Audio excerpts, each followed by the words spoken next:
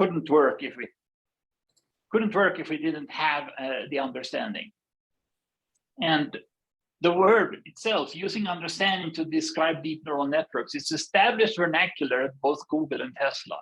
And they are basically leading the charge on a lot of things about AI. So I think that the ship has already sailed about whether we can use understanding or not. Everybody else, some other people are, and it will become common, I think. It's a problem. We don't have words for these things, but I think the human equivalents are close enough so that we can keep them apart. We just have to understand that this is artificial understanding, if that's what the case is.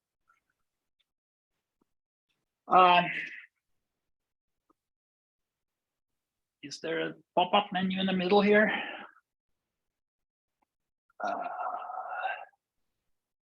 Okay, there we go. So, next big question, consciousness. Is it important for machine learning? Any opinions? Also depends on what you mean by consciousness, but in terms of qualia, I'm not sure. In terms of focusing on few things at a time, I think it is. Focusing. As far as the qualia, I prefer to call it modalities. It sounds more constructive, you know, like sensory modalities.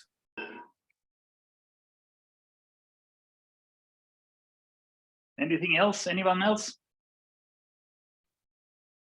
So when you say consciousness, do you mean the autobiographical self that each one of us humans experiences as consciousness, or do you mean something else? I don't mean anything. I'm leaving it up to the person answering the question to pick something. I would say that's the point. Yeah. Well, so that's the point. When people use this word, they usually feel free to blunder about whatever. It's that word itself is inciting fluff. Daniel Dennett calls it a suitcase word. You can put whatever you want inside it. Sure. Yeah.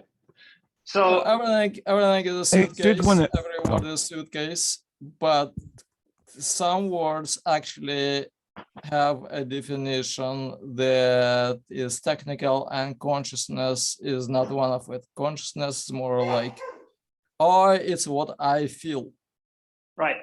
Yeah, that's basically what people end up with, because we are all experts on our own consciousness. We are the ultimate expert on our own consciousness, and therefore we feel like we can talk about it in general terms, but it turns out the picture is more complicated than that.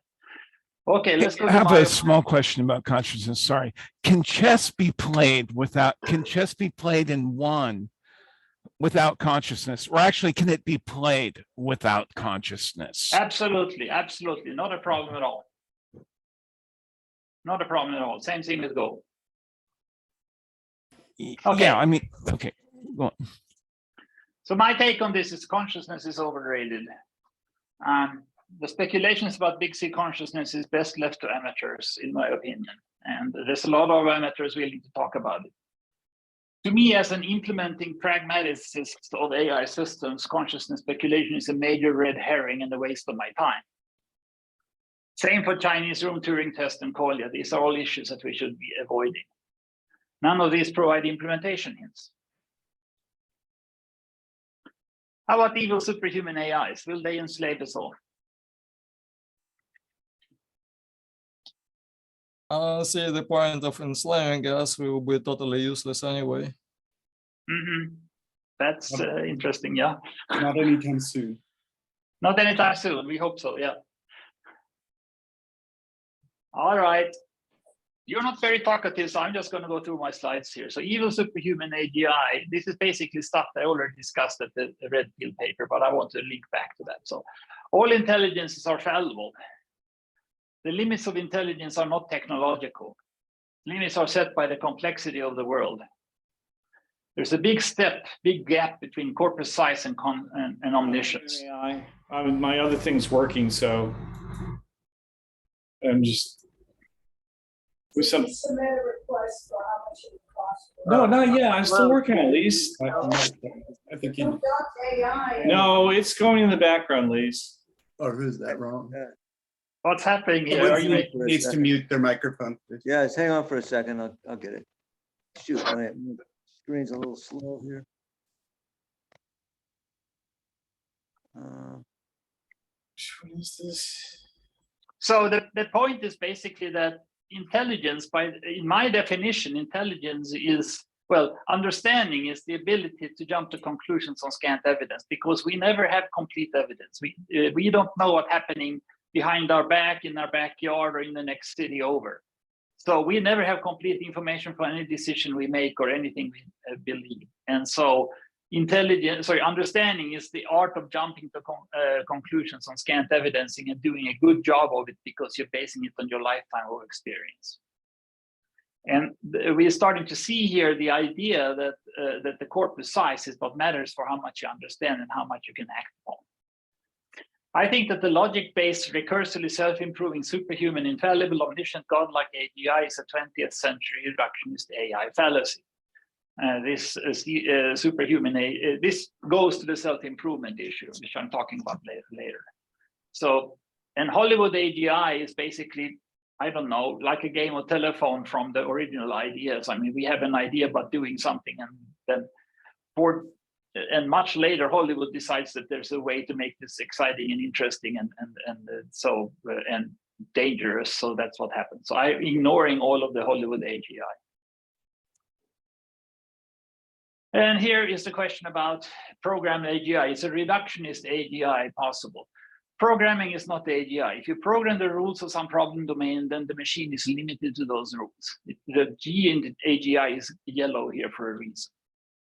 This is not general, because humans are not general intelligence, specifically at birth. We are general learners, and that is a big difference. So a machine capable of learning anything in any problem domain is the only kind of general intelligence we can build. And AGI is 20th century thinking. How can AI improve itself? This goes to the previous question a little bit. I'm going to skip this. Yes. The reason we think that of the idea of self-improving AI in the first place is because back in the day, we thought of AI basically as gigantic machines served by men in white coats behind the glass wall. And we built expert systems because that's what we knew how to do, and that's what the machines could handle. And the idea then was that these expert systems are large and there's too many bugs in them and we can't fix them all. So let's have the AI improve its own code. And that's when the idea was born. But today, almost nothing left to improve. I mean, what we're talking about in TensorFlow and Keras is a lot of library functions that are pretty much established. And there's things like AutoML that try to give you machine learning just by you give them the corpus and they figure out what you want, roughly. So the power of machine learning depends on the corpus. It doesn't depend on the technology, not on the code that we're running. And this is basically why trying to improve the code is a fool's errand. If you could find a way to improve the corpus, now that would be something.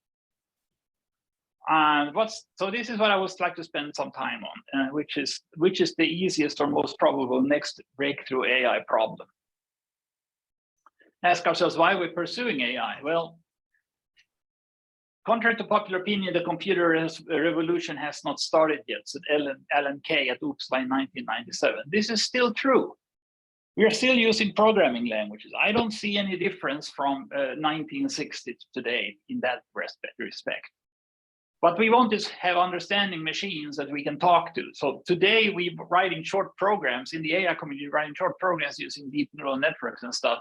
But in the future, we will basically just talk to an AI or chat with it or whatever. We can have voice input and output, and talking to the AI will be like talking to a competent coworker. And when the coworker understands what you want done, then it just does it. No programming necessary on your part or the AI's part. So if you want to make a difference in the AI world, well, you can start out being an AI enthusiast, which basically they just study the topic and they talk a lot. And because they don't have implementation experience, a lot of that talk is kind of not very valuable. All data scientists use machine learning systems, but these are currently, basically, they are so easy to use now that their job is mostly reduced to editing spreadsheets of their input data. It's less glamorous than we thought it would be. Now, AI researchers, they create machine learning systems from scratch or building on somebody else's systems. If you are or want to be an AI/ML researcher, how can you have the biggest impact on the world given your resources? Not even. Just, excuse me? Ron, yeah. Sorry. Oh, you were not muted? Okay. What can you do with just a laptop? What can you do in the AI world with just a laptop? Well, pick your problem. If you pick anything on this list here, I mean, some of these are really large things. Some of them are on the side. They are all distractions. They're all topics that we think that we may have to look at if we're going to build AI, but they are not implementation hints. Focus on simpler topics. I'm focusing on natural language understanding. It is a small topic. I just want to understand text. End of story. Okay. I don't do any of the things on the previous page. I want to do natural language generation. We already see systems like the GPT-3 and BERT doing that. So we are getting there. That's a good field to be in. I understand epistemic reduction, abstraction, and generalization, and these are things you can do on the laptop, but you can also do them in the cloud, Google Cloud, for instance, using TensorFlow and other things like that. I recommend people work on evolutionary algorithms. They are surprisingly important in this case, and I'm going to talk about that in the future talk. This is the focus of my current work, is finding a new way to use evolutionary algorithms in AIs. And everybody should basically focus today on machine learning and other holistic methods. The old style of writing a program, which is going to be your AI, is basically deprecated. I don't think anybody is going to ever succeed with anything like that, especially not on the laptop in their home. So deep learning was just the first working deep neural network. So there already are dozens of different variations of deep learning. But if you go outside of the deep learning paradigm with the GPUs and the arrays and go, for instance, to spiking neurons or my stuff, which are pulsing neurons, you have other choices. And building discrete neural networks is absolutely something you can do on a laptop. So yeah, that's what I recommend you use. But there's got to be thousands of deep learning networks or deep neural networks, I should say, or even deep neuron networks that are interesting for this. I have a question right there with that slide. So we have the list of the things that we are able to do with machine learning. Are these is that a list of things that we could apply deep learning to perhaps discover evolutionary algorithms? Is that what you were saying there? It's there's no need. I mean, evolutionary algorithms are very straightforward. I write them as a matter of course. They're trivial.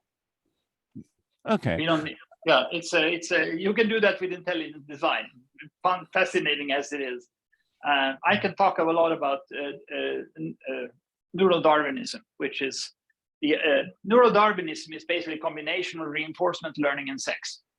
And it gives you things that you don't get with just your reinforcement learning. And that's what I'm using in my system. Because you can breed higher level concepts out of, you can breed good high level concepts out of poor high level concepts by various strategies. Anyways. So I'm recommending basically that people look where the world is going and they basically stick with holistic AI and don't try to write big programs. Instead, you have to figure out how machine learning works.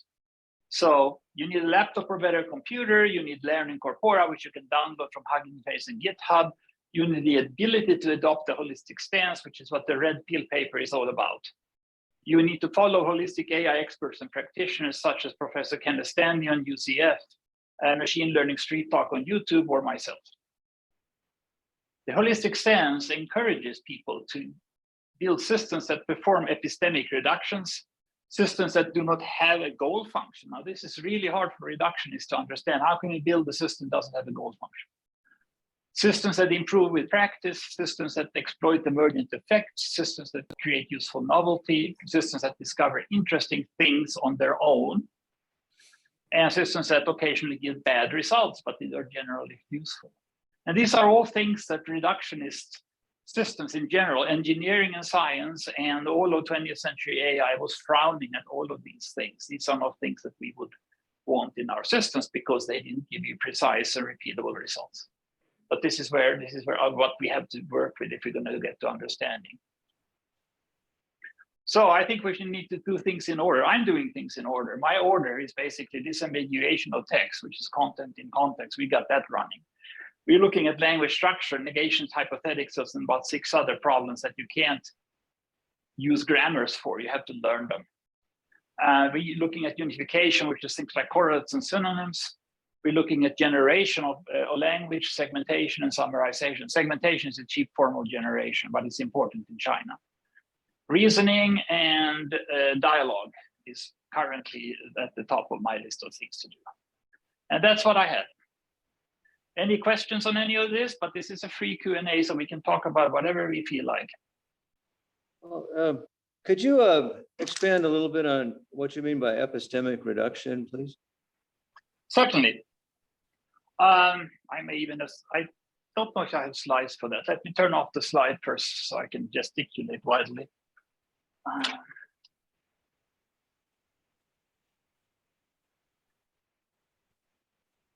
So my whole website, experimental epistemology.ai, is an attempt to make plausible that epistemic reduction is the thing that we really have to focus on. And in some sense, it's pretty obvious when you understand what it does. So all of the AI tasks that we have, they typically start with some low-level input, such as text or pixels in an image, etc. And the trick of intelligence, or the trick of understanding, is to build the high-level structures starting from the low-level structures. And you have to know how to work your way up there. And in neural Darwinism, the trick is basically that you you create a placeholder for an abstraction, and then you let it fight for its life in a Darwinistic competition with other similar entities.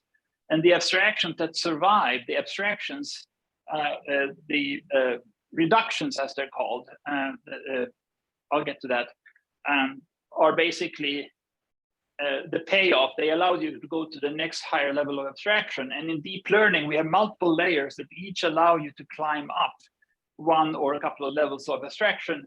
And that's how you get to do what's called the epistemic reduction. You're going from a rich world and deciding what matters and building high-level structures that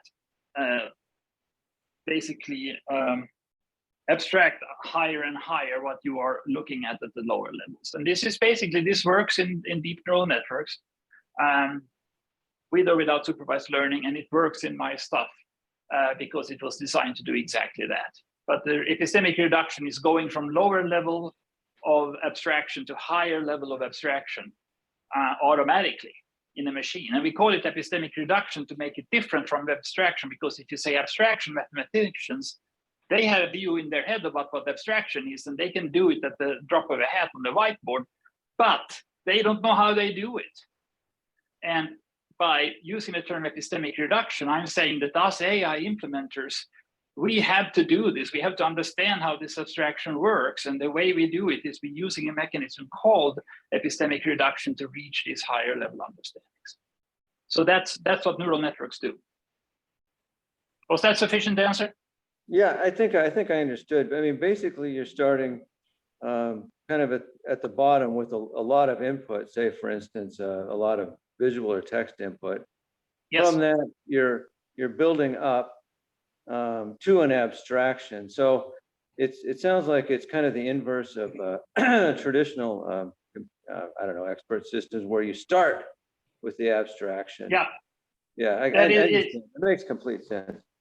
Yeah, no, that's part of the holistic view, is that you basically build up your way from the bottom up, rather than start with a model that some programmers come up with in their mind and then try to implement that. Is it I sort of find like compression competing? is a better term for that than But- epistemic reduction, because compression implies No, that you they're have different. quantifiable They are criteria. They are different. They're different. Why don't It we is use not the compression. hand It raise is- function? If whoever wants to talk, could we use the raised hand? Then we would avoid these, sorry, interruptions. Like, I mean, conflict. Please continue. I'm sorry. Mhm. Okay. Oh, okay. Yeah, so I was just gonna ask, it sounds like from the bottom up description, is it like a competition for finding a maxima? Mhm. So So you're in a way, okay. So you're attempting to find the optimum maxima among all the data available in sort of a Darwinian survival of the best fit. Is that- yeah, survival of the fit, not the fittest. That's a very important distinction, by the way. It's fair enough. survival of, yeah. Yeah. Anyways, yeah, Thank you. that is exactly right. I mean, it's the only way. Put it this way. I mean, there is William Calvin, who's was a professor. He's emeritus now at the University of Washington. He has written about 20 books, and they're all great. Now I lost the thread. What were we talking about? Or I'll just add to that. So it's finding the maxima, but there's not a goal Yes. to a maxima. So in your slides, it's not goal driven, it's maxima driven. So Actually, it is more complicated than that. Oh, okay. The maximum happens whether we have lots of maxima that we are ignoring. We have second order algorithms that we have developed, which are actually trade secret, which will tell you which maxima or which nodes, whether the maxima or not, that are more important than others. And that's basically, it is an algorithm that we have created. It works in any language on the planet. It will work in music. It will work in anything. Amazingly enough, it's at the meta level. It's a meta algorithm. And so we're using the saliency algorithm, as we call it, to determine what to return to the user. And it's not just the maximum.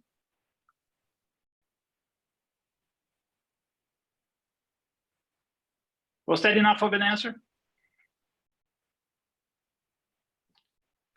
for me, yes, excellent, thank you. Okay. I should let you guys talk more and speculate more here, because I'm not just, it feels like I'm doing all the answering here, and that's not right.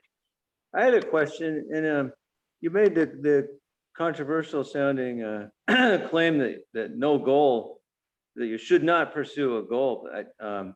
So yeah, that does seem a little difficult for me to swallow it anyway. Yep. You come from a STEM education, and the people with STEM educations have problems with the holistic point in general. That's why there is a big trigger warning on the site. I mean, if you're a hardcore reductionist and you go in and read my website, you're going to get some unpleasant opinions or truths, depending on your point of view. So yeah, the ability to get by without a goal function. If you watch, if you go to YouTube and look for Professor Kenneth Stanley's talks, he wrote a book that was called Greatness Cannot Be Planned, which I haven't read yet, but I have watched 2 of his videos. And it's pretty clear that he's very close to my own thinking in a holistic sense about holistic methods and so on. And he explicitly claims basically that you cannot, well, it comes down to one of the hardest problems in AI, which I call in language understanding, which is the unification problem. You have to be able to say that this cat is so similar to that cat that we basically want to be able to unify the term cat so that we can use it for both of them or any of them, etc. And it's basically the discovery of high-level groups or abstractions in general. Yeah, at high-level concept, exactly. And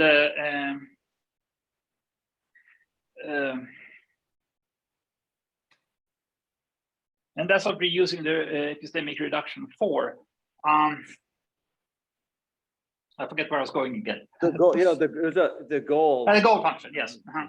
Yeah, and if you listen to Kenneth Stanley, he basically tells you that the discovery of correlations, remote correlations like this, which is what deep learning does with convolution or when they're doing it under image understanding. We're doing it by a much simpler process that is 1,000,000 times faster. But the idea is the same, is that you discover basically correlations with stuff that you've seen before. And in case of deep learning, is stuff that you have seen, such stuff that you've seen in your corpus, and in our case, it's all the text that you read up to the current point from start of the machine.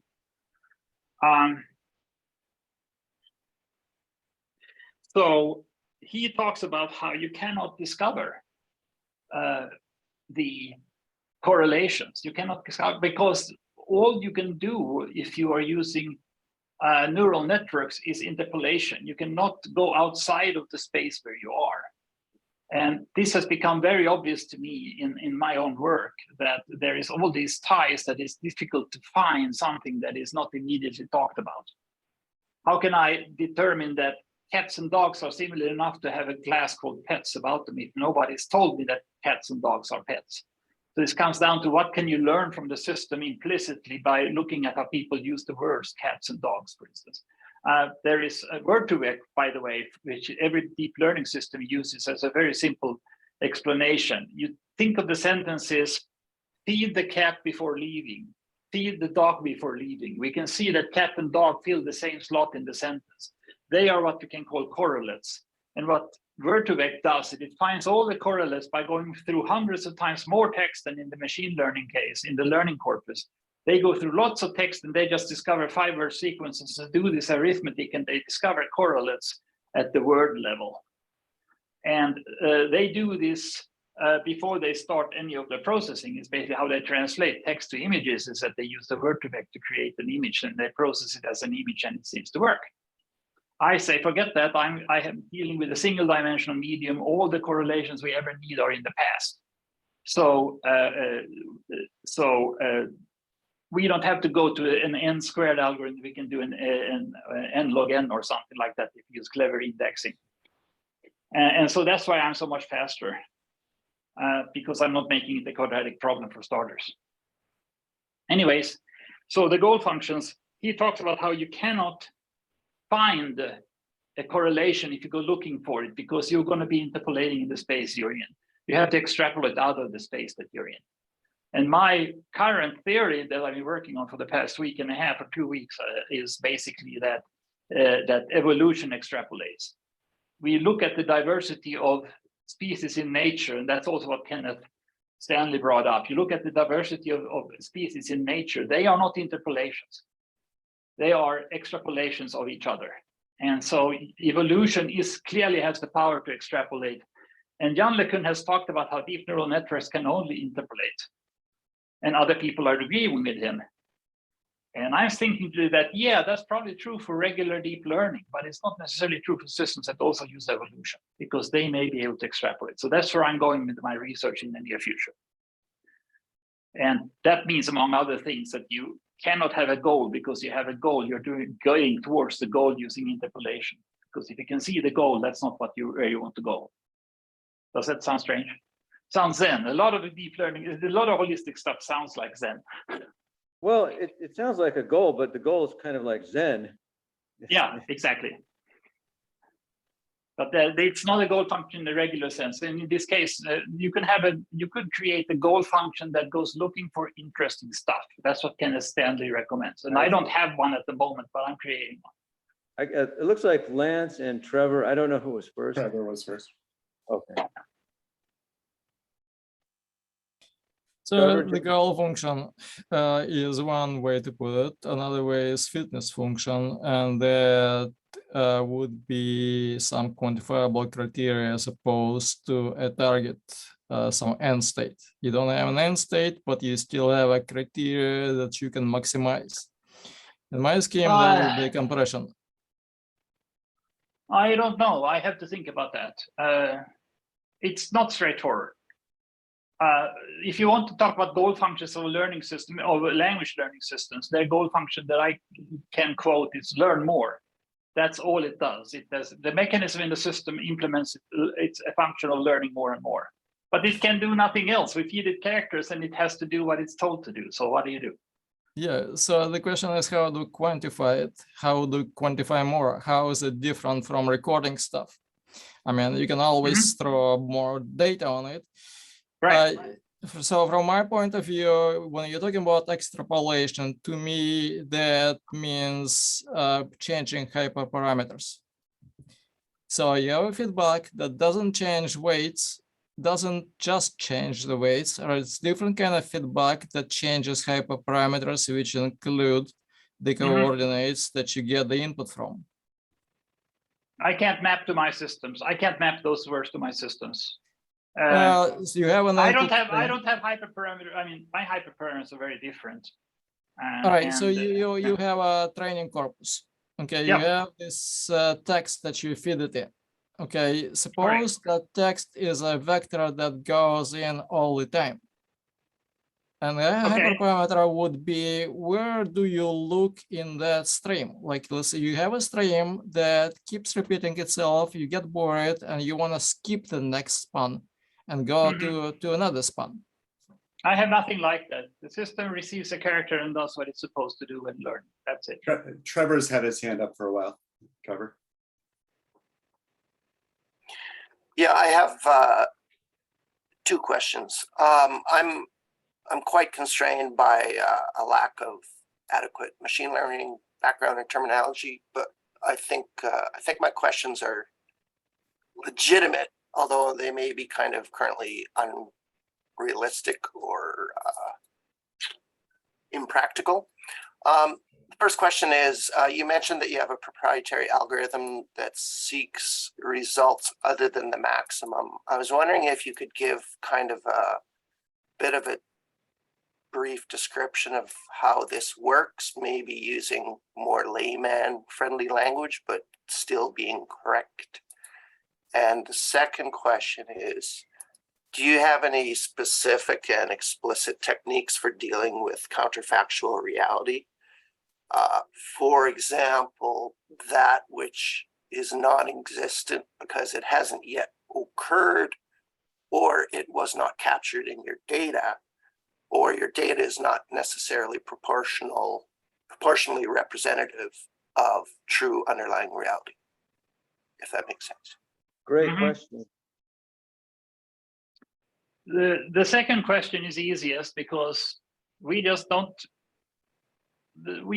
care. The machine believes everything we tell it. That's the sad truth. Okay, so you're explicitly not even trying to deal with that level of reality? No, we're a language understanding system. We are not a reality understanding system. Okay. And that's an important, And then the first question of how you can choose results that are not the maximum. So for example, maybe some composite results that occur in clusters that. Yeah, there's a lot of things to choose from. This is one of the areas that I'm reluctant to give any more hints. For two reasons. The first one is that I don't necessarily want people to exactly use my ideas. I want people to come into this field and start using similar techniques and discover their own stuff, because that's the value of this, is that this is so easy that you can do it on a laptop and you can discover new truths about how these things can be done. And if I tell everybody how I'm doing it, that's going to unify the search, if you will, in one single direction, and we're not going to have as much new results as we want. But a lot of deep learning is going down one and the same path. Yeah, there's variance, but it's very similar in many ways. Just out of curiosity, is the presuming you know something important that others do not, is the nature of this knowledge such that if you were to disclose portions of it, a whole bunch of the rest might kind of fall into place for certain people with certain knowledge that yeah. You know, Absolutely, that's part of the fear here, is that I will have a very much stiffer competition the moment I give away. We have 2 or 3 important algorithms that we keep secret. It's not the whole system. Okay. But basically we have no leverage. I'm a signal researcher that's been doing this on my own for 22 years on my own money, and I have collaborators who've been working with me, some for money, some for free. We have 20 years invested in this research, and I feel like I need to get paid for it. And the only leverage I have is by holding back the most important part, which is the learner. Yep, that makes sense. Thanks. I think you were asking about a kind of a brief overview too, I think, weren't you, Trevor? Maybe I think it's been denied though, and I think the reasoning is valid, personally. Oh, okay. I guess I didn't. Okay. Yeah, it's in general, if you're interested in my ideas, go read my website. The whole site is interesting, I think, or important. But the red pill paper is the brutal way, and then there's a slower path if you read 1 through 5 instead. But there are hard truths. I mean, let's put it this way: in 2012, machine learning became viable. And suddenly everybody who has been saying that we need the things that we always need in science, which is things like optimality, completeness, repeatability, understanding, explainability, etc., they all go out the window the moment you switch to neural networks. And reductionists are very unhappy. So there is a big conflict in the science community. And they may not have understood yet that neural networks are not scientific. Neural networks are not scientific. They're jumping to conclusions on scant evidence. That is not very scientific. And so therefore, there is this conflict about what's the future of science? Because we are now replacing science with machines that do their own understanding and come up with answers that we can. Protein folding is currently the prime example. We can't do protein folding any different way, any other way than by using deep neural networks. Because that's the machine does the understanding rather than the programmer. That is the biggest difference to AI in 2012. And people who haven't understood the magnitude of that are still writing programs to do AI. Hey, Lance, did you have a question? Yeah, I think you kind of answered my question a little bit, but so I'm creating a bot with some people, and we're using GPT-3, Hugging Face transformers, vector database. We're building on top of what's currently out there. And like GPT-3 is quite good, like summarization, generation and whatnot. And I noticed that's some of the features in your system.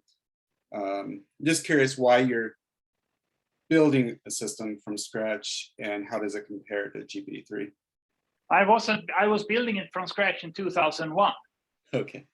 There was no deep learning, and nobody had deep learning working except for Jan LeCun and Hinton, who got it working in 2005 timeframe, and Jan LeCun a little bit earlier.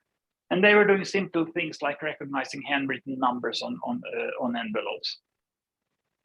And then it took until 2012 before deep learning basically won a bunch of competitions. They took the cake in 5 disciplines, and people in those disciplines were saying, what are we doing? We did this for 20 years. We managed to improve by 1%. And then deep learning comes in and gives us a 20% drop in errors.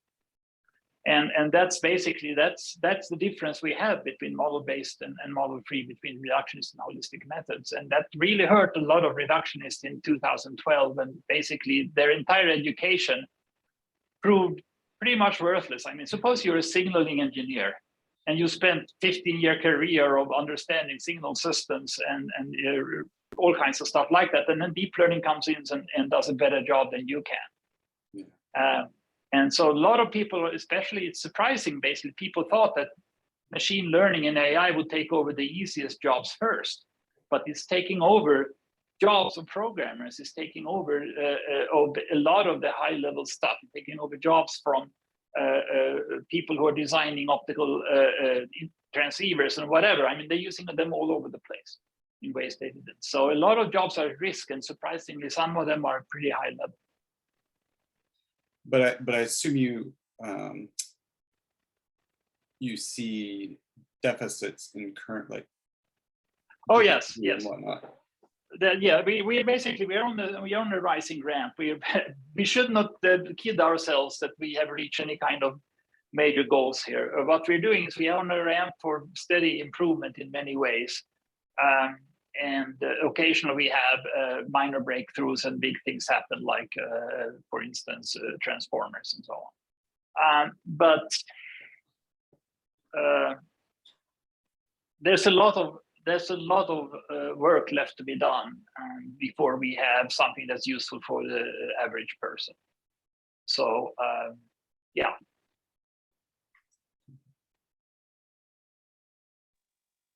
I've got a question. You distinguish between general intelligence and general learning. I can't remember exactly how you put it, but yeah, this AGI versus AGL. Humans are not generally intelligent. I think we're general birth. learners. Humans are not general intelligences at birth. To me, that we are not general intelligence. I mean, a human, a 1 month old cannot speak and cannot understand language. We are not intelligent at birth. We are learning everything. That's the difference. If you say AGI, you're postulating an intelligence that was created through programming that is intelligent the day it is turned on. And I'm saying that's not the way we can do anything. We have to learn everything, just like children do, because we are not general intelligence, we're general learners.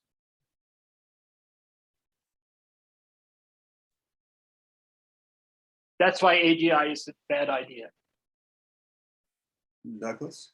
I don't agree with that, but. Well, what do you mean by, do you think that you can get intelligence without learning? Huh? Can you make something intelligent without learning? For instance, if you took the library you're in and you wanted to explain everything in that room, you would never be done. There's too much detail going on. You have to have something that does a reduction from the rich environment you're in to whatever matters. And these are typical neural network kinds of things. Well, I think it's possible to start with a set of first principles that can combine together into a kind of a rudimentary base general intelligence. No. I think you're arguing from kind of the blank slate start, which is fine. It might work. I'm just saying, in my opinion, you can start with a finite set of first principles that together there are two problems into a general intelligence. There are two problems with that. I don't know. There are two problems with that approach. The first one is that you're trying to mix holistic and reductionist systems. It is very difficult to do. You're losing a lot of information in every interface that you have. And the holistic systems, they cannot deal with their system that has been filtered before by reductionist means. For instance, if you're creating a machine learning system and you use something like grep to find the right documents, the system is just going to learn what the grep found. It's not going to learn the whole thing. So the moment you combine something that's a quote first principle or a reductionist principle or something that you think is important for an intelligence, rules that you see in the real world, the moment you start to combine those with learning, you have serious impedance mismatch problems. And they are so different, the holistic and the reductionist view are so different that there is no reasonable combination with them. There are combinations that we use in places like Tesla cars, and I explained those in chapter 1 on my website. But they are basically, they are going away. They are not the right way to do this.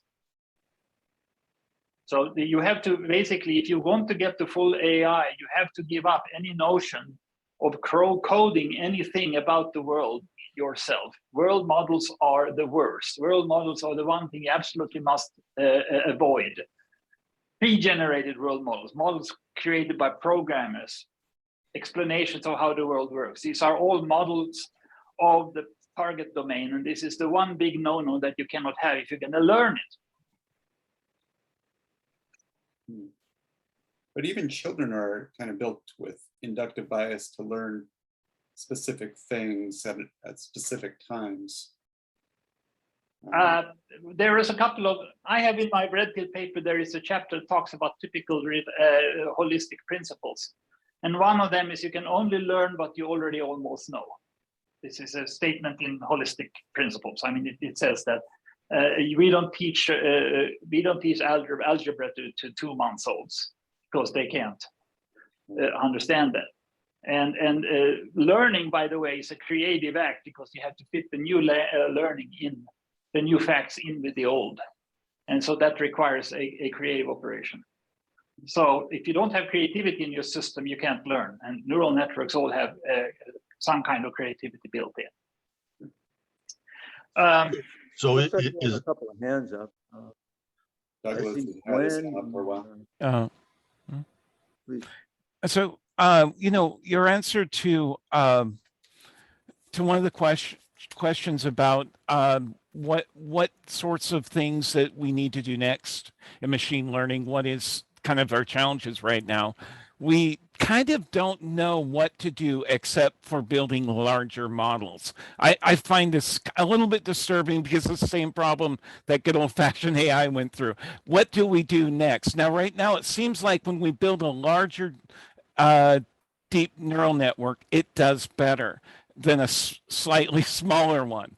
And so right now, the path forward has been like the scaling hypothesis, Right. which, you know, get a more general, diverse problem set. But of course, we always have to be in front of that with a larger network so that we don't have our catastrophic forgetting. So what's interesting is if, you know, some people believe that a better sigmoid function as far as the learning rate, the creativity rate, we're messing with parameters. I mean, but in general, we need a larger model to mess with those parameters. We don't really know, do we? What are we not doing right? Why is it just size? We're just a little slightly not large enough that we don't really see what the deep neural networks are capable of. What is your opinion on that? All the stuff I'm saying here. It is absolutely true that the larger corpus will always be almost always behave better. Basically, what determines the result, how good the machine learning model is the corpus size, the corpus quality, the learning speed, the machine power, how many threads you have, all kinds of stuff like that. How much memory is critical to me, for instance.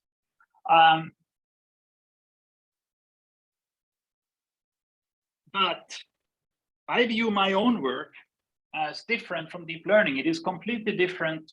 It's path of a different, it's basically the fruit of a different tree, as they say in patent systems. I started working on it from scratch in 2001, January 1, 2001, and I had 23 systems under my belt, which I've written with 7 other researchers over the years. And 2 of them worked. Only 2 of them have worked. They were, first one was created in 2017, and the last one I've been working with for the past 5 years. Actually, 3 years, I should say. And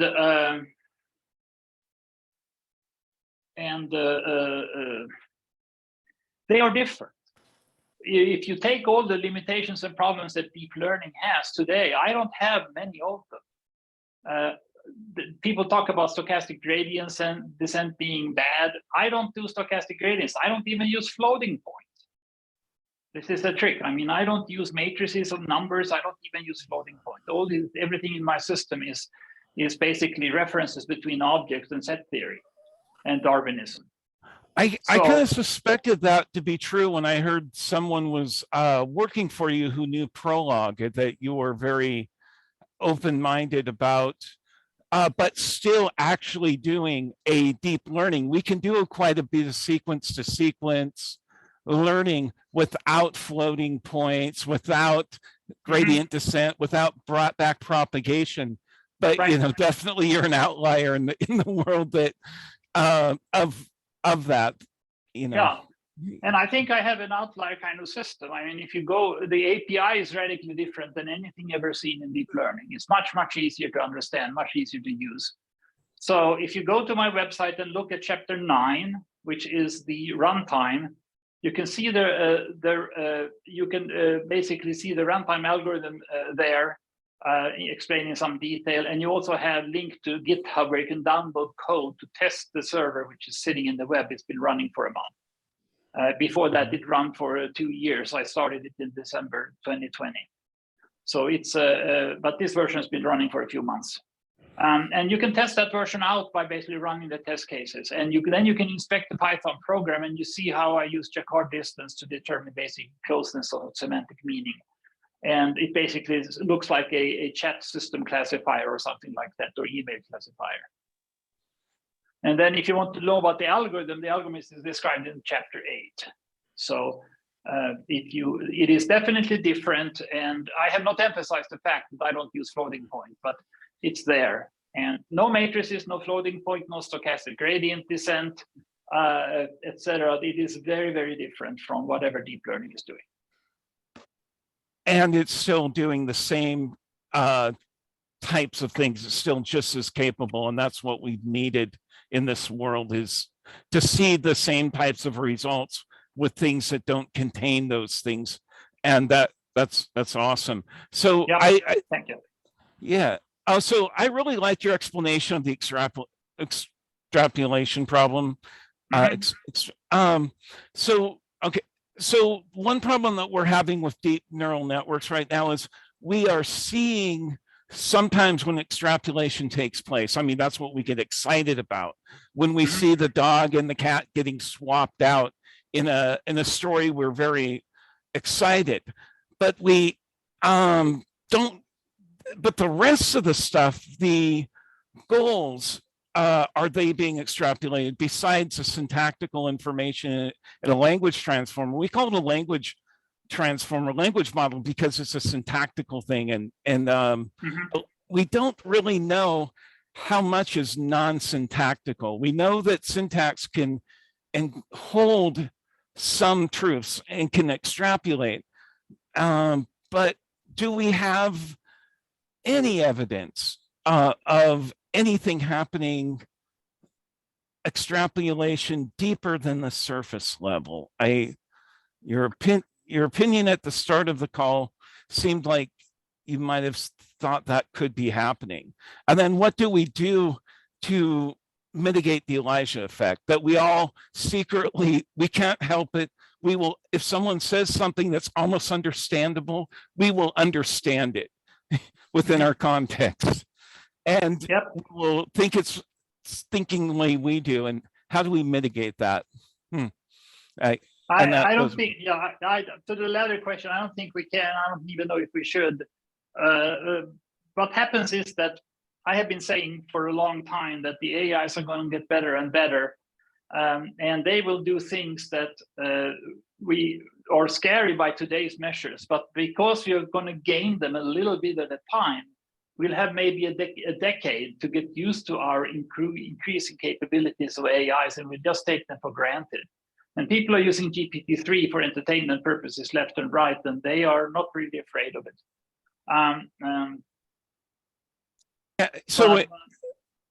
Go ahead.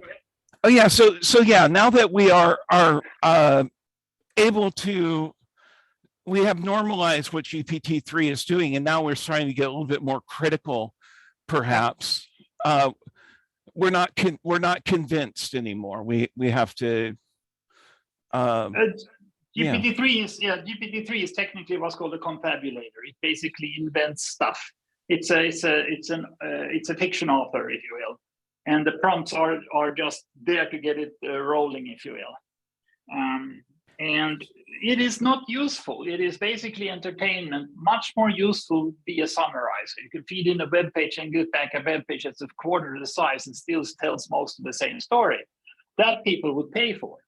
And the difference between a summarizer that does it right and GPT-3 is pretty big at this point.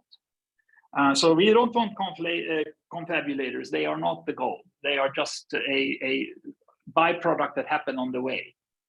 I see it makes a great motor babbling system for sure. If a system is looking for a little creativity, it's great. Creativity comes down to the extrapolation aspect, but I don't know how much GPT-3 is doing extrapolation. I personally I have a lot to say about creativity, and I want to create a social medium that supports that, encourages that, but based on my own technology as the base technology. But I don't have the funding at the moment, nor the time. Can we cut to some Ken? I think Ken, do you have a question? Yeah. Going back to your question, Mike, you seemed reluctant to admit that there wasn't an AGI versus the learning. And the way I interpret it is that there's a foundation or a framework that allows the learning, and the learning results in AGI, but AGI isn't the beginning of that.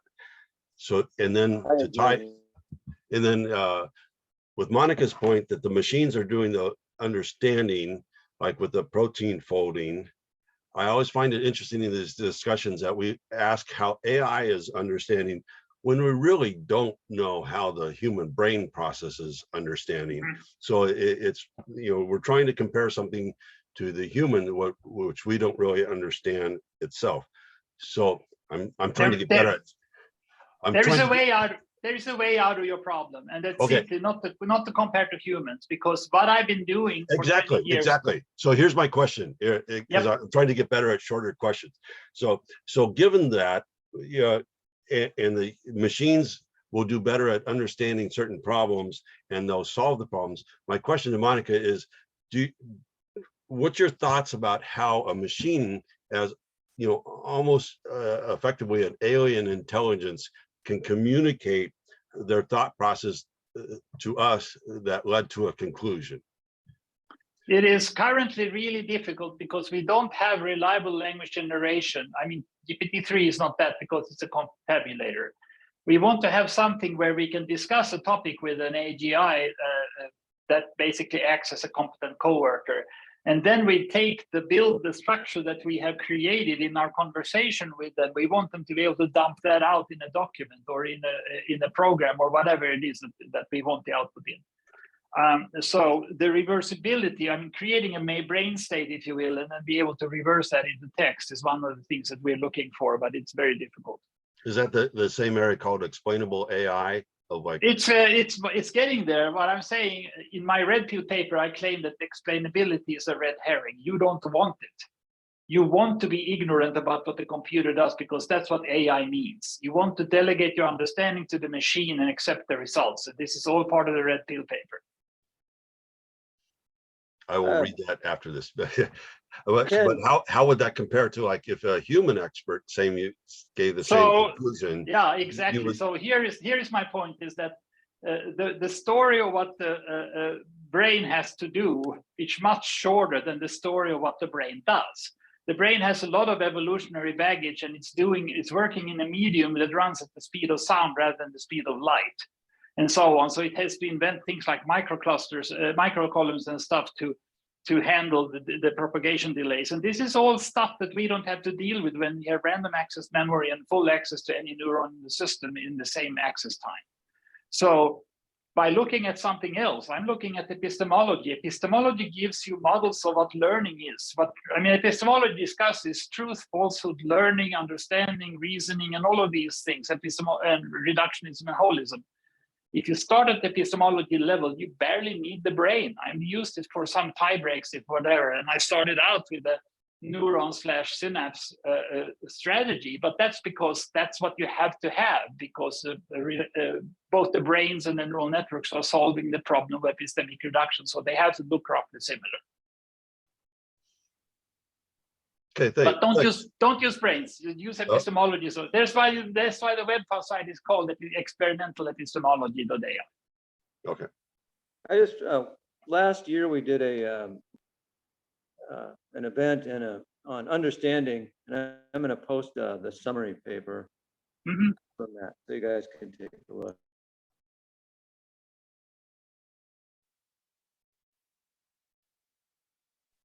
Who had the next question? Who was next? I see Stephen Verbeek, Boris. Stephen was. I think Boris was, or I think Boris.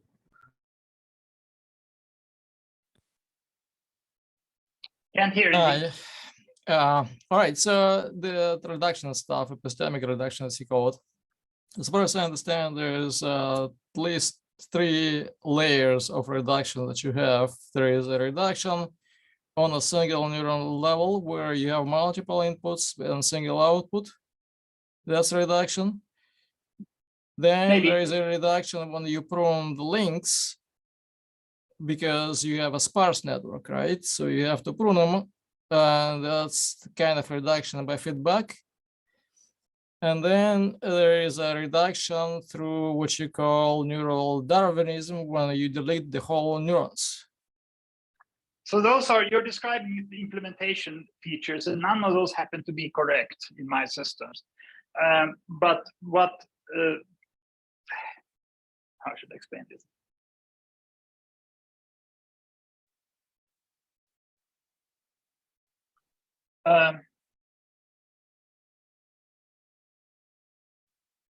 Epistemic reduction is not a data reduction.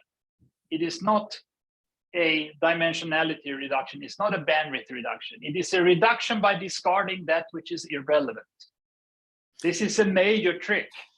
This is a major trick. How is it not data? I mean, you're discarding the data that's irrelevant, right?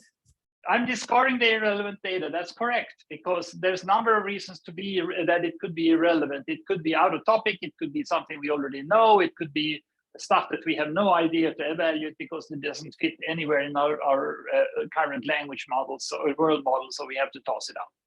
So right. So the mechanics of it, again, in the perceptron. Again, you have to think of it as a process that discards the irrelevant.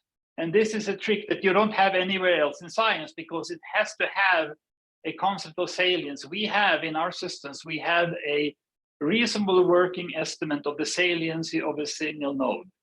And that's what we're using for everything, for a lot of stuff.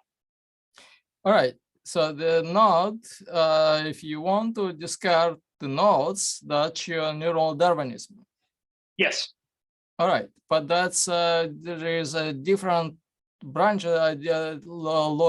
finer grain reduction. When first you you select the inputs by the weights. Okay, we have no weights. We have no weights. We have no weights. The system has no weights. No floating point. No floating point. No weights. So you have a pruning instead of the weights. You just prune the connections. I'm not going to say that. I'm not going to discuss that. All right. In any case, it could be argued. It could be argued. My system has the ability to not put the link in the first place. Well, if it finds something is irrelevant, it doesn't have to link it into the existing knowledge. Yeah, but that might change, right? It might become relevant. Then it learns it again. All right. So, like I said, in perceptron, you have multiple inputs to a single output. Yeah, my systems are not perceptrons. So you have you have 2 inputs? We have an axonal tree and a what is it called? The other one. We have an axonal and a synaptic tree. Sorry, I forget what the input tree to neuron is called. Anybody know? It's a dendritic. Yeah, we have one of each. We have both of those. All right, so your dendrites is the multiple inputs. Multiple inputs to a single output. No, multiple outputs. We have an axonal tree.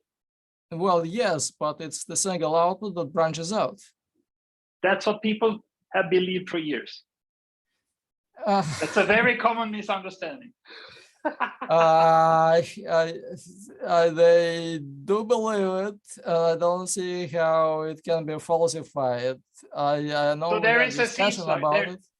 There is a C slug, which is everybody's favorite in neuroscience because it has millimeter thick neurons, and you can basically probe them with a needle and an oscilloscope. And this C slug has a brain, and it has one neuron that goes to all of its muscles. One single output goes to every muscle. They are behaving different. It can contract that muscle versus that muscle using a single neuron. Sorry, yeah, I think we discussed that. That can be done by blocking outputs. Whatever, on the- however you do it, but I'm saying that basically the slug has the ability to individually address the muscles via a single neuron. So clearly examples even in nature are using axonal trees with multiple outputs, with individually addressable outputs. It's not exactly the same, but whatever. That reduction, what I call a compression, because again, reduction, you can just discard the data called reduction.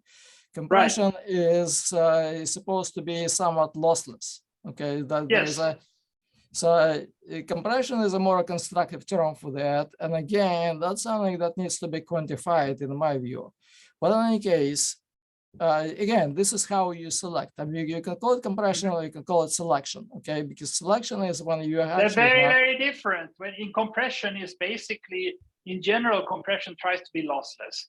And this is, for instance, where the Hutter Prize was completely clueless because they thought that we should compress Wikipedia to the minimum size and then expand it again, and whoever gets that wins 100 grand. And that's ridiculous because what you're doing is you're compressing it and expanding it, and you have to be character perfect. I don't think that's a general view. I think lossy compression is far more common, but you do. Well, we have to. Epistemic reduction is exactly a lossy compression. But all right. It is a lossy compression that throws away the irrelevant, and it can't get it back. All right. So the irrelevant part is there is a lossless component in lossy compression. Meaning that I don't care. I'm not using compression, so this is completely irrelevant. I'm sorry. No, I mean, you're using it by a different word. It's the same thing. You just no. Terms. Compression. If I get 50 things coming in and 2 of them are important, I will not propagate the 50. I mean, I only propagate the 2. It is not. It is losing most of the stuff. It is losing most of them. It's only keeping that which we can immediately learn. How's that? Well, fine. Can we switch to, I don't see the contradiction here because, again, that important thing is the lossless component of lossy compression. Reduction compression is a reductionist term, and epistemic reduction is a holistic term. So we have to talk about the right thing here. You're coming from the wrong dimension. Yeah. I'm bored with this. Anyway. How about at this juncture, we've got Stephen has been waiting for a while. Maybe Stephen, you've got a question? Yes, if you can hear me. Sorry also for joining late. Hi. The question is as follows. You were talking about young children, babies, not being intelligent because they don't behave in an intelligent way. And they first have to learn stuff, how to behave, and when then doing that behavior, then they behave intelligent. And now the question that then came up with me was, how would you, not for the entire world, but you yourself, how would you in a few sentences define the word intelligence? You have artificial intelligence, artificial general intelligence, but that word intelligence, do you have a definition for that you can use or share with us? Sure. My short definition of intelligence is that intelligence is understanding plus reasoning, and this is this is like basically what Kahneman says in his book. So I see the 2 parts, intelligence as understanding as reasoning, being very different, very incompatible with each other.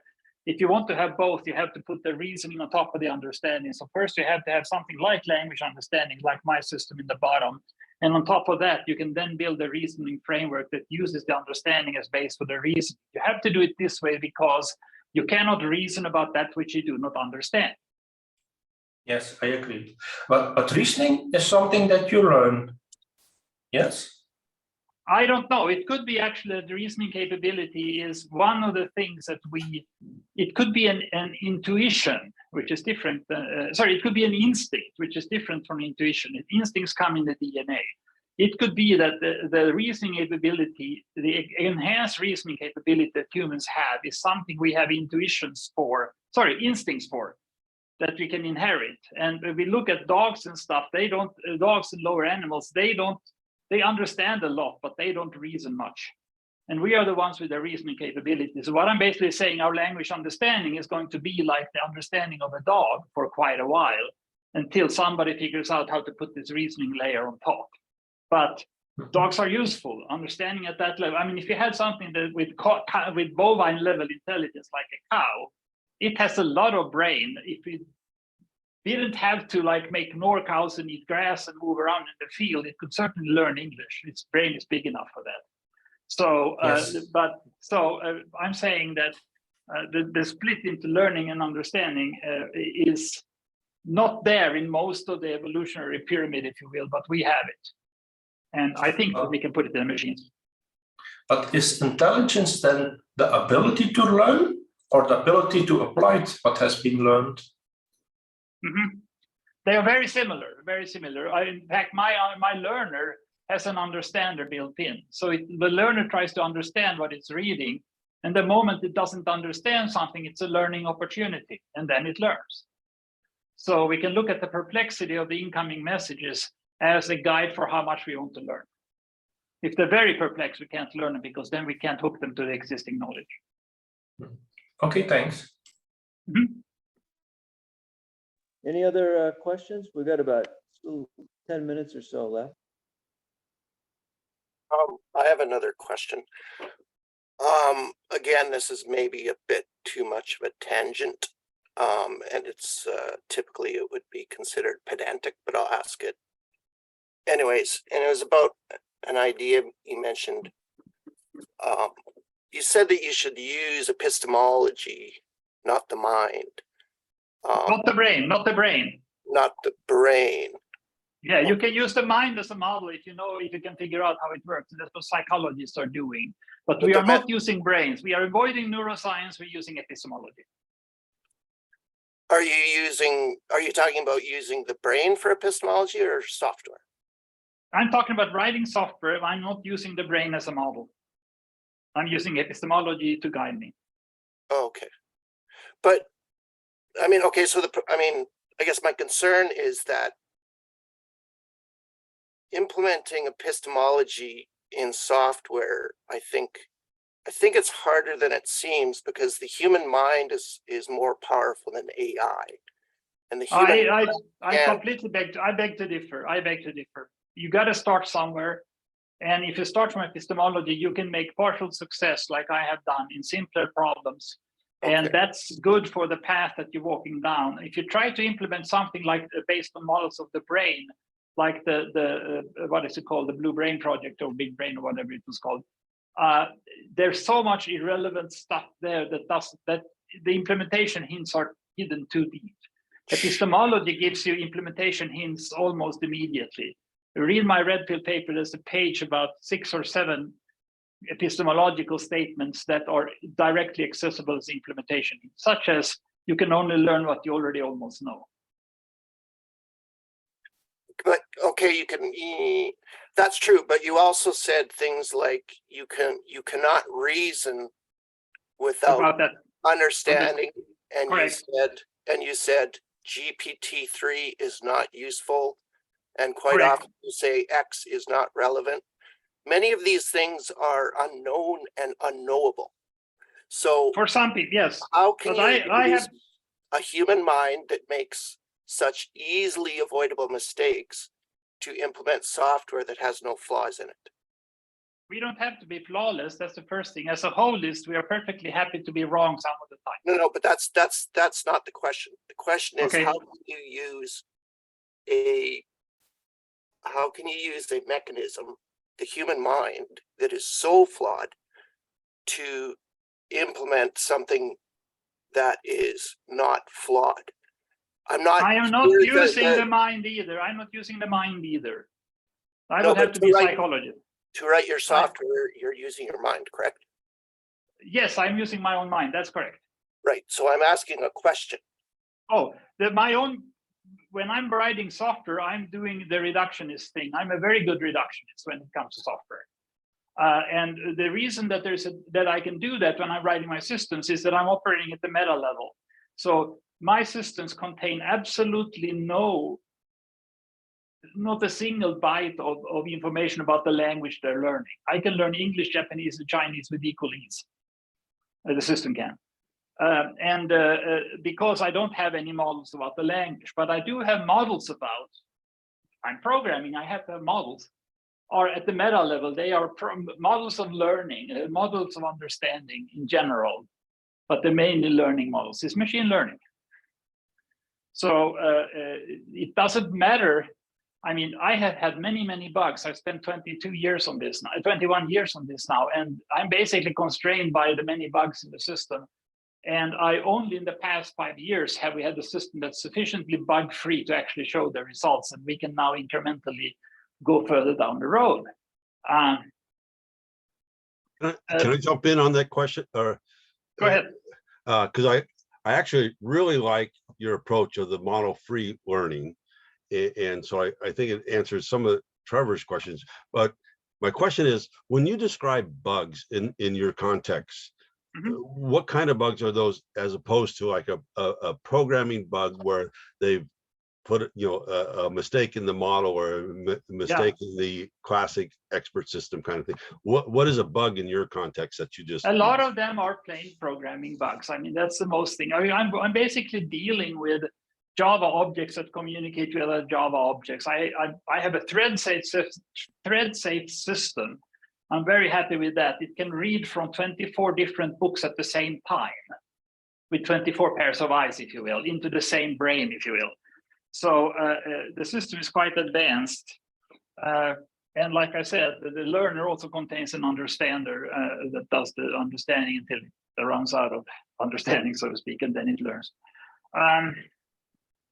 So the bugs would be more in the sort of the process flow of reading and coordinating those 24 books as opposed to the decisions they're making or the learning they're making. Well, there's clearly bugs in the system, and most of them lead to system crashes, and then I fix them.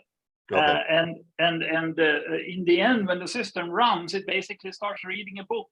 And every 1 million characters or so, I run the test batch, which the system cannot learn from. And it gives me an error rate, and the error rate goes down to 90. It goes to 0% very quickly, like in a few megabytes. You can see that on chapter 8.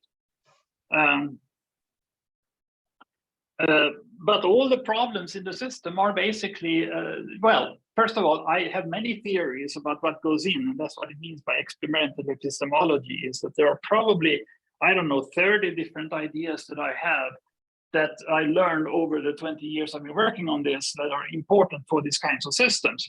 And none of them have shown any, any promise until recently. And now I'm in a situation where I can go back and take my 30 old ideas for the past 20 years and try them out one by one and see if they have a system that works. Besides that, would this actually help? And that's a very nice position to be in. That's what I'm doing right now. I'm basically going back and finding old ideas and implementing them in a system that actually works to see if it works better. That's the current process. Excuse me. I see Daniel's been waiting patiently. Daniel Jude, do you have a question? Hey, hi, Monica. Can you hear me okay? Yep. Hey, yeah, so I'm on board with your, I believe I'm on board with the idea of the model-free programming, model-free methods, having the machine basically, or the bootstrap basically have to learn models of the world and potentially conflicting models of the world. I thought it was interesting that you have chosen sort of this adult, what I expect is a adult human natural language understanding. It seems like a higher level effort, on kind of on the same maybe difficulty rating as a self-driving car. Is there a lower type of application like a sub NLU, or did you have to start off with a corpora of like children's or phonics books to try and gain more understanding of the complexity of a language such as English or German? This is a very common question, and it has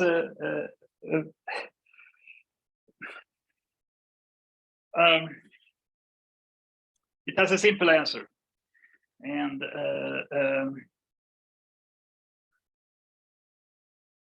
let me see how I can phrase this.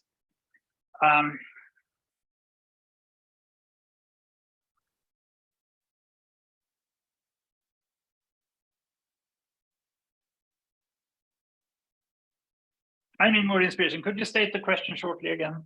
Sure, yeah, and I don't doubt adult human language, natural understanding is like a motivation. I think that's a great motivation, but is there a simpler, like lower level type of application for this, like sub NLU type of understanding, such as maybe understanding its own? People are, thank you. People are getting confused by the fact that when they go to school, they get books which are written in very simple language like see, spot, run. But we have to remember that when children are learning to read, they already know language.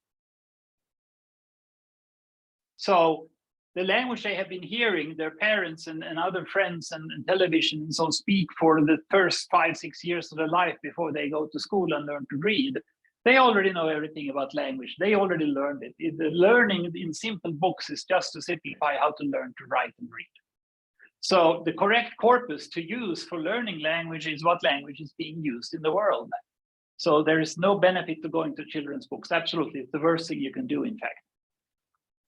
Okay, and that played into another question I had as far as, if you're only using that, I'll just call it one modality of language, which would be like the written word. Are there difficulties that you face by not having your application kind of exist embodied in the world of phonics and the sound of language? Does it exist more akin to, say, a deaf person who only can learn language through absorbing text? Mm-hmm. Yeah, this is also one of the very common questions. And the answer is that I have multiple little things to think about. And the first one is that nobody's ever, people say you have to touch and taste and smell an orange in order to understand what the word orange means. And I'm saying you can use the word orange just by learning in context, and you don't need the other things. For instance, nobody's ever tasted, touched, or smelled, or seen a neutron. But we can build nuclear power plants based on nothing except stuff that we read in books.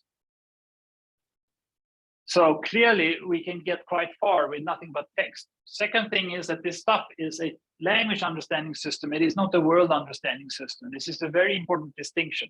We want to move into world understanding where it basically understands what the language that it's reading in the books means in a more worldly sense. But at the moment, we are happy with just having a good grip on language.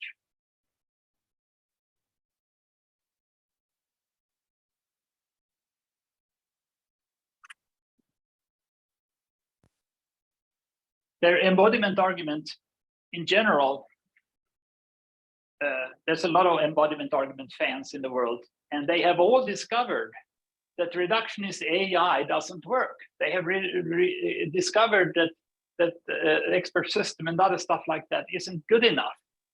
But they didn't understand that the problem is that they are not doing epistemic reduction. They decided that the problem was that we didn't get enough input. And that's just I think that's just a mistake. You can learn from, another thought experiment. Suppose I'm learning language. Suppose I'm learning English.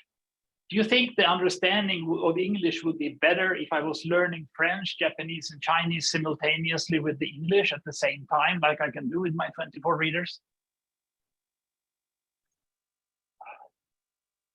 Yeah, that I don't know. Yeah. Yeah, I don't think we need I don't think we need multiple sensory inputs in parallel. I don't think we want to do anything like sensor fusion. I think that's a mistake. Tesla moved away from radar and LiDAR, and they adjusted vision, for instance. So single inputs is okay. And people have no problems understanding a single vision input system. What they have problems with is understanding a single input text system. And I think that's just short-sighted. Well, at this point, okay, we're pretty much out of time. A quick comment, Daniel? No, I'll save time for you. Well, okay, I actually have to get going. But I want to thank Monica. Thanks a lot for your time. And you're welcome. This is always fun. Glad to have you. And I wanted to mention that we've got some meetup posters. If you want one, they're free as long as you live in the United States. If you live abroad, we'll talk about it. we had before the session, we did have a hallway talk. I thought it went okay. Next time we'll try it again. And coming up on, I think it's the 18th of September, we've got Hugo Latapy, and that should be pretty good. So with that, I'm gonna close the, unless anybody has any final thoughts or whatever. Thank you all for attending. I will post the video. There was a lot to process there, and I'm gonna watch it myself again. So goodbye, everybody. Just want to say Goodbye. thanks, Mike and Monica. This was a great talk. Thank you. Thanks, Ken. Yeah. Always Yep. nice to have you. Yep. See you later. Thanks and good luck. Bye. Thanks a lot. It was great. Very